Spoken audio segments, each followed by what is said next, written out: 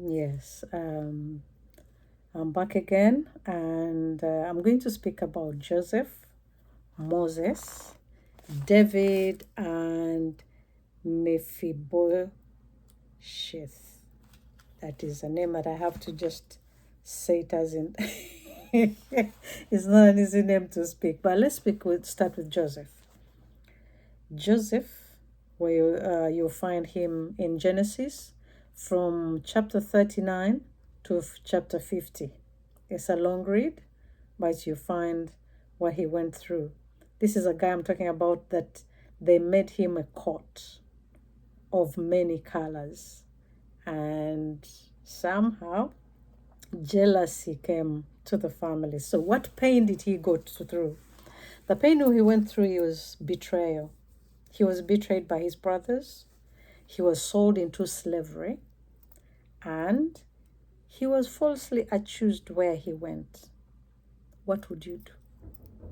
So that is the pain he's going through. By his own siblings, he was sold as a slave. What are the symptoms?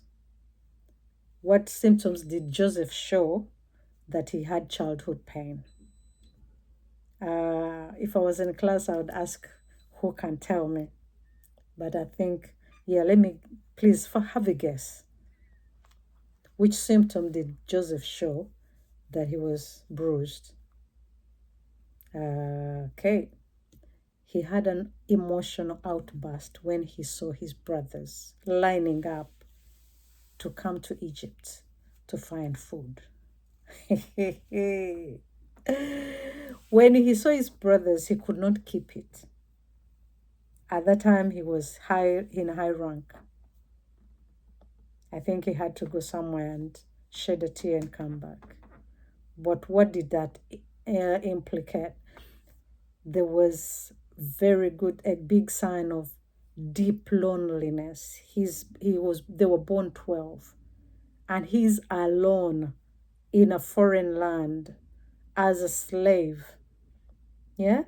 And after that, though he could dream and things like that, but by the time he went to be with the high people, Joseph had suffered. You understand? So that deep loneliness and identity struggles in Egypt could have hindered his ministry. And how was he redeemed? Joseph embarked on forgiveness. He forgave his brothers and his family. He declared God's sovereignty, and that one is in Genesis 50:20, and then he fulfilled his purpose. Another person we're going to talk about is Moses. Moses, his pain was he was abandoned as a child. He was put in a bush, not a bush, in a swamp, in a Moses basket we use now with our babies. He was left there. You know what happened? When the Pharaoh said, we have to kill all the boys, the Jews' boys. And this one was hidden. He was hidden. May God hide all your pain from all your enemies, whatever your enemies meant for you. He was abandoned as a baby. He was raised in a foreign palace. He had identity confusion. Am I English or am I Ghanaian?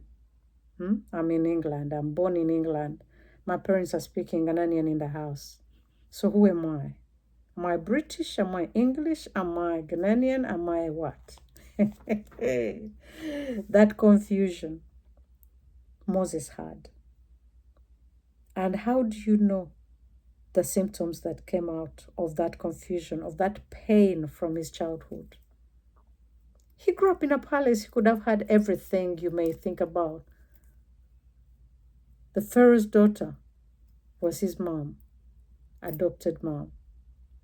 So they gave him everything. But when he got out and knew that this person, he knew where he comes from. So he was Hebrew, Egyptian. So when he understood that he has Hebrew blood, what did he do? He killed a man. Oof, he killed an Egyptian. He was insecure. You remember when God called him? He said, I am slow. I am slow of speech, oh Lord, oh, don't take me, oh. He said, I am slow of speech. The same God who's burning bush, you read. And then there was avoidance of leadership for his calling. Yeah, he said, no, me, I can't speak. How will I tell the Pharaoh? You have grown there. You know them. Yeah, you know their ways. I said, not me. I can't even speak. However, his redemption was that when he encountered God, oh, Father, I thank you. Let us pray for that encounter, that you encounter God today, tonight. Whatever time you're listening to this video, let that encounter come to you, that God will meet you yourself in that place of need, in that place of hopelessness, and will say, my child, come, because I still love you. Even when no one loved you, I love you. So he accepted his identity and led the Israelites out of Egypt. I'm just going to pose a question. If Moses in the swamp was told that you're going to take the children of Israel out of Egypt, would he have accepted? Eh? So we don't know who God has called us. Those people mistreating us, they don't know what purpose we have with God when we've been called. But the devil works in them, through them, to distort what God has planned for us.